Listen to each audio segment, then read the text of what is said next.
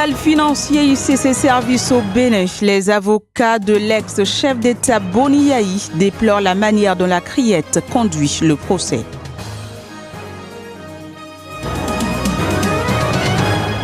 Du soutien pour la Centrafrique, 2 avions de chasse français ont survolé Bambari, apportant un appui à la force de l'ONU.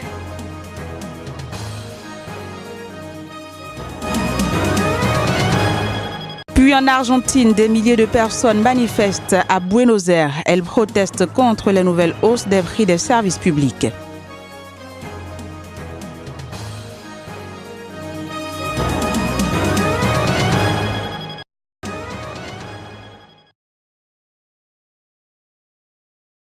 Il n'a toujours pas dit son dernier mot. Donné perdant, l'opposant congolais Martin Fayulu dénonce des fraudes massives dans les résultats communiqués. Dans son viseur, le président de la commission électorale CENI. Ce qui a été publié, je vous dis, ça a été fabriqué. Monsieur Nanga a violé la loi électorale. Convaincu de la supercherie, il a formalisé samedi le dépôt de son recours devant la haute juridiction, la Cour constitutionnelle.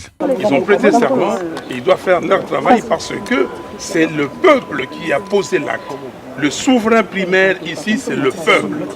Et donc, la Cour constitutionnelle a des comptes à rendre au peuple congolais. Les regards sont donc tournés vers la Cour constitutionnelle. Si certains doutent qu'elle puisse déclarer recevable le recours, d'autres craignent de la voir invalider les résultats de la présidentielle plutôt que de les corriger. Une décision qui de facto permettrait à Joseph Kabila de se maintenir au pouvoir. Mais en attendant la sentence, Martin Fayulu se voit plutôt dans la peau du président élu à près de 61% des voix.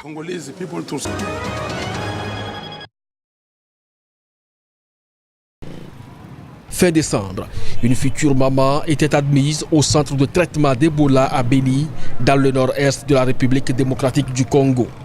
La réponse à la crise avait pâti des violences frappant la région à l'aube de l'élection présidentielle. En dépit de cela, la jeune femme a été guérie et autorisée à sortir du centre. Le bébé est lui aussi contrôlé. Le 6 janvier, Sylvana naît. Depuis, elle a été testée 2 fois négativement à la maladie. Une situation exceptionnelle, même si les médecins restent aujourd'hui sur leur garde en raison de la période d'incubation de 21 jours de la maladie. Il faut faire attention. J'ai eu un bon accouchement. Je remercie Dieu d'avoir eu un accouchement en toute sécurité. Maintenant que j'ai récupéré, je n'ai plus de maladie et le bébé est né en bonne santé. Je suis très reconnaissante pour l'excellent travail de l'équipe.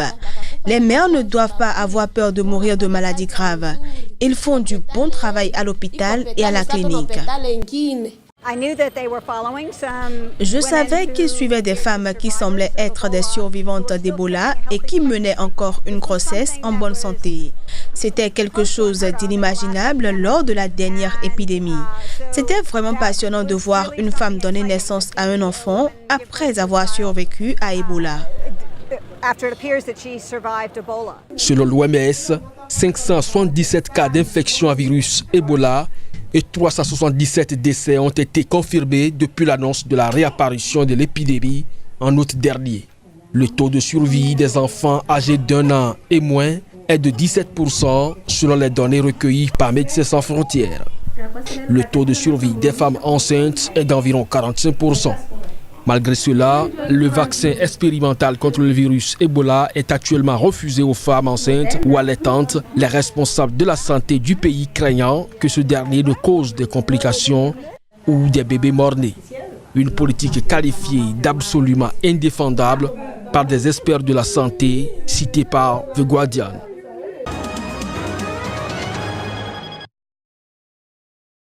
Aujourd'hui, on ne peut pas dire qu'une information est encore ouverte.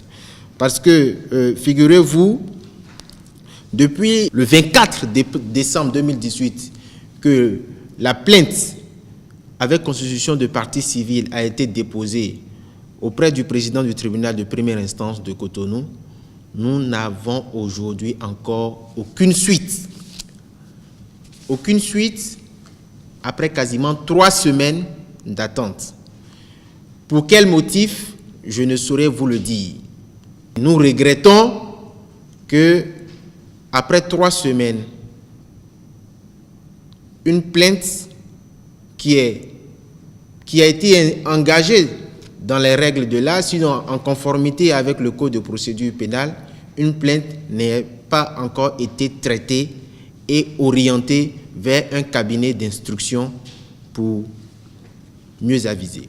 Ce qui se passe dans ce dossier ICC, personnellement, en tant qu'avocat, membre d'un barreau de l'UEMORA, m'intrigue. Je suis un peu déçu. Je suis déçu d'autant plus que les magistrats de la Criette n'ont pas la police de cette audience pour canaliser cette témoin. En principe, le magistrat siégeant doit pouvoir, en principe, avoir toujours la police de l'audience. Un dossier qui est instruit à la barre, où des témoins viennent faire des déclarations qu'ils n'ont pas eu à faire devant le juge d'instruction. On ne pose pas de questions, on ne leur demande pas d'apporter des preuves. On les laisse déballer des contre-vérités à la justice et de surcroît dans un procès qui est médiatisé.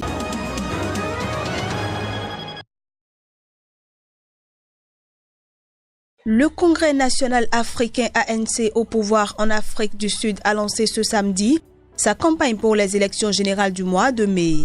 À cette occasion, le président Cyril Ramaphosa a présenté le programme du parti devant des dizaines de milliers de partisans réunis dans le stade de football de Durban, la capitale de la province du KwaZulu-Natal. Un lieu stratégique pour l'ANC puisqu'elle est la deuxième région la plus peuplée du pays et le berceau de Jacob Zuma, encore très influent au sein du parti. Certains susurrent même son nom pour revenir au Parlement. Aux commandes du pays depuis la fin officielle de l'apartheid il y a 25 ans, le mouvement de l'icône Nelson Mandela sort affaibli des 9 ans du règne de Jacob Zuma, marqué par une litanie de scandales de corruption. Lors des élections locales en 2016, l'ANC a pris une claque en perdant le contrôle de plusieurs municipalités emblématiques comme Johannesburg et Pretoria. L'actuel chef de l'État Cyril Ramaphosa joue gros lors de ces élections. En cas de victoire de son parti aux législatives, il est assuré d'être reconduit à la tête du pays puisque le président sud-africain est élu par les députés. Les principaux adversaires de l'ANC aux élections seront une nouvelle fois l'Alliance démocratique et le parti de gauche radical des combattants pour la liberté économique.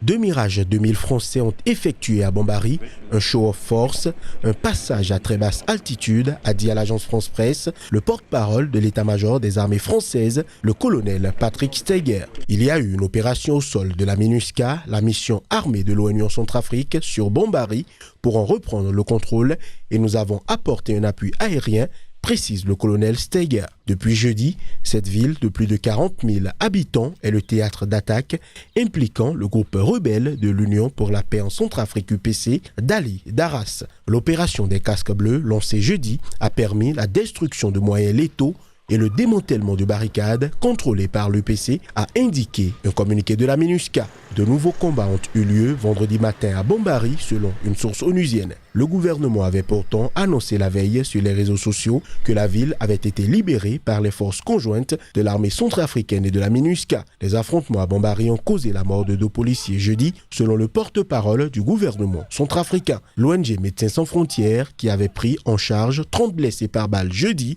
a dit avoir admis 5 blessés supplémentaires à l'hôpital vendredi, dont un est décédé. Depuis la mai 2018, des membres de groupes armés tentent de revenir dans Bambari, ville considérée comme stratégique par sa position géographique et riche en ressources. L'intervention des avions français est relativement rare.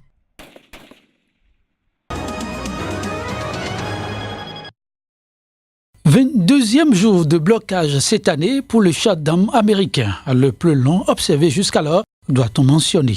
Le record a été battu dans la nuit du vendredi à samedi, dépassant ainsi les 21 jours du shutdown pendant l'ère Clinton. Un cap de plus franchi car aucun compromis n'a pu être trouvé entre le président républicain qui réclame 5,7 milliards de dollars pour construire son mur anti-migrants à la frontière avec le Mexique, et les démocrates farouchement opposés au projet, jugé immoral, coûteux et inefficace pour lutter contre l'immigration clandestine. Les conséquences ont été immédiates. Pour la première fois, vendredi, les 800 000 fonctionnaires fédéraux affectés par le shutdown n'ont pu toucher leur salaire. Depuis le 22 décembre, la moitié d'entre eux jugés non essentiels a été placée en congé sans solde, tandis que l'autre moitié a été réquisitionnée puis prise en charge.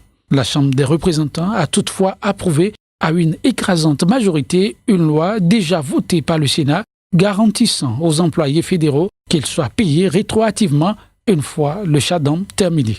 Il revient désormais au président de la promulguer. Ce type de mesure est courant aux États-Unis lorsque le pays traverse de telles impasses budgétaires. Seulement, elle ne concerne pas les millions de contractuels également affectés. L'Argentine crie son ras-le-bol face aux nouvelles augmentations des services publics. À l'appel des syndicats, partis de gauche et mouvements sociaux, ces manifestants dénoncent la gestion économique du pays. Nous ne manifestons pas seulement contre les hausses de prix, mais aussi parce que ces hausses sont une des nombreuses conséquences d'un modèle économique qui met les gens à genoux et permet aux entreprises qui sont proches du gouvernement de faire d'énormes profits. Essentiellement portés sur les transports, le gaz, l'électricité et l'eau courante, les augmentations annoncées oscillent entre 35 et 55% à Buenos Aires. Cela affecte les travailleurs, ceux qui travaillent beaucoup tous les jours. Ils vous donnent une augmentation de salaire, puis tout devient plus cher. Donc, c'est comme s'ils ne vous avaient rien donné. L'argent n'est pas suffisant, je vous dis. L'électricité, le gaz, le téléphone, tout revient plus cher. Les manifestants appellent à un projet de loi pour arrêter les augmentations. Ces dernières interviennent dans un contexte de récession caractérisé par une inflation élevée qui s'est accumulée à 43,9% entre janvier et novembre 2018.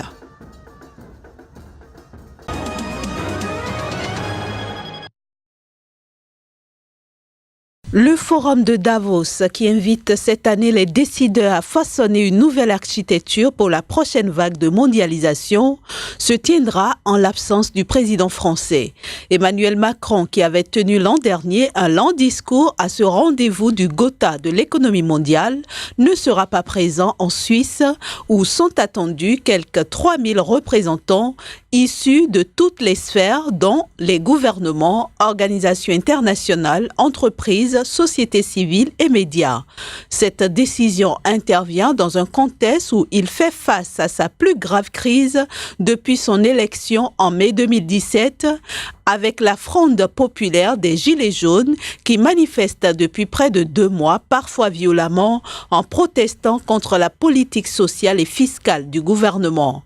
Emmanuel Macron ne sera pas présent au Forum de Davos qui se tiendra du 22 au 25 janvier, mais il réunira dans la période à Versailles près de Paris 150 patrons français et étrangers pour une nouvelle édition du sommet Choose France sur l'attractivité française.